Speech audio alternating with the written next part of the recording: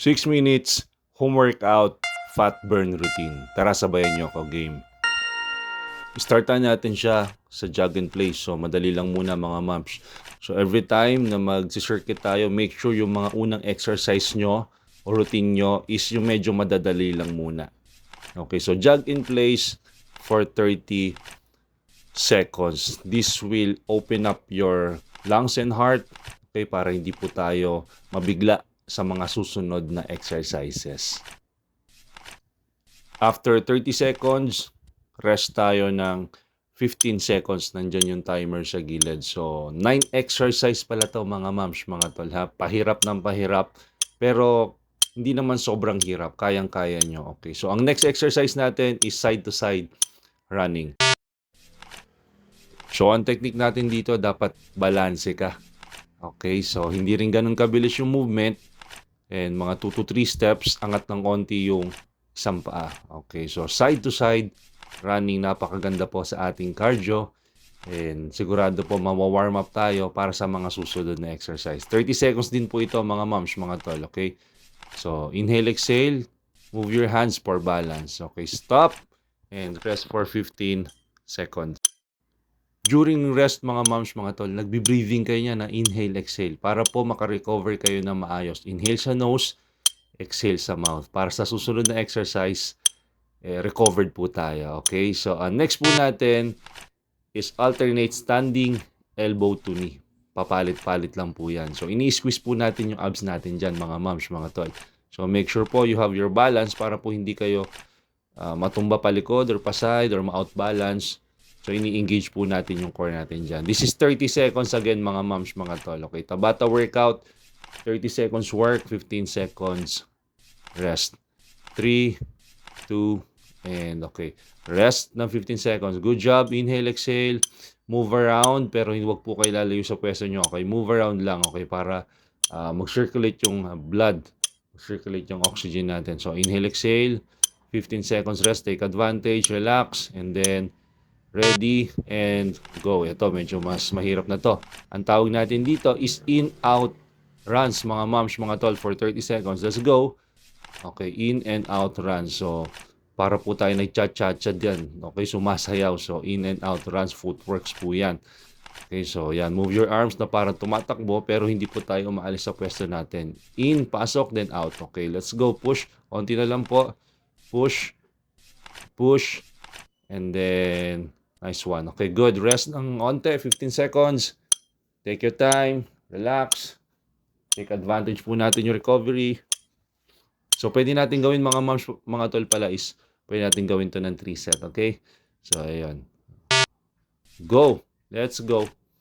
Okay, half jacks po ang tawag natin dyan. So, parang jumping jack siya pero hindi po fully tinataas yung kamay. Okay, so bounce lang po tayo. Lambutan nyo lang po yung tuhod nyo. Huwag nyo po titigasan kasi po pwede sumakit yung tuhod nyo dyan pagka tinigasan nyo. Yung ankle nyo, yung calves nyo po dapat ang ma-absorb at saka yung quads, hindi po yung knee joints. Okay, so yung muscles po dapat yung ma-absorb ng impact. Okay, so damihan po natin for 30 seconds. Ulitin natin. Up. Okay, and nice one. Good.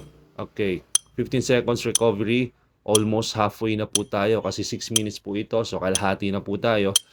Inhale, exhale lang po.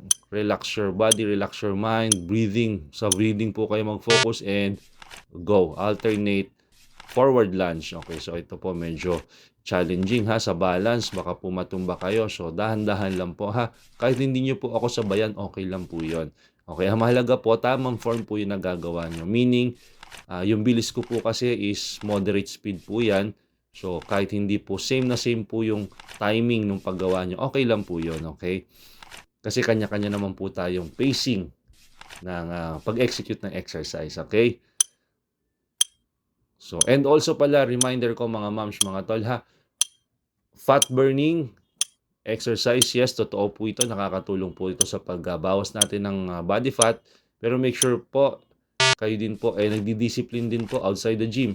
Okay, meaning, pagdating nyo sa kainan, dapat po control din. Calorie deficit, intermittent fasting, and portion control ang kailangan po natin para mas mabilis po natin makita yung result na hinahanap natin, which is yung weight loss or yung fat loss. Okay, so ito po, high knee sprint. itodo po natin yan. Arm swing, nice one. 30 seconds lang po yan, itodo na po natin. So dapat po medyo hihingalin na talaga tayo nito kasi patapos na po yung exercise natin. Okay, onti na lang po, dalawa na lang po ito, itodo na po natin. Okay, so inhale, exhale, breathe in, breathe out, inhale, exhale. Itodo na po natin yung last 2 exercise po ha. Itodo na po natin to mga moms, mga tol. Okay, ready and let's go. Yan, in and out squats. Nice. Okay, so in, then out squat. In and out squat. Good job. 30 seconds. Napakaganda po sa cardio and sa ating legs. So, sabayan nyo ako mga mams, wala pong susuko ha. After this, one more round, gawa pa po kayo ng one more round. Okay, lahat po ito pala is i-upload natin sa YouTube ko. Jerry Ibanez, sa TikTok din po, Jerry Ibanez. And dito po sa Facebook, follow nyo ako. Napakadami po nating workout na definitely makakatulong po para mag-improve yung weight natin, yung health natin, and yung fitness level natin. Okay, so last na po ito, 15 seconds rest. Itodo na po natin to mga moms, mga tol. Okay, so I'm proud of you kasi umabot po kayo dito hanggang dulo.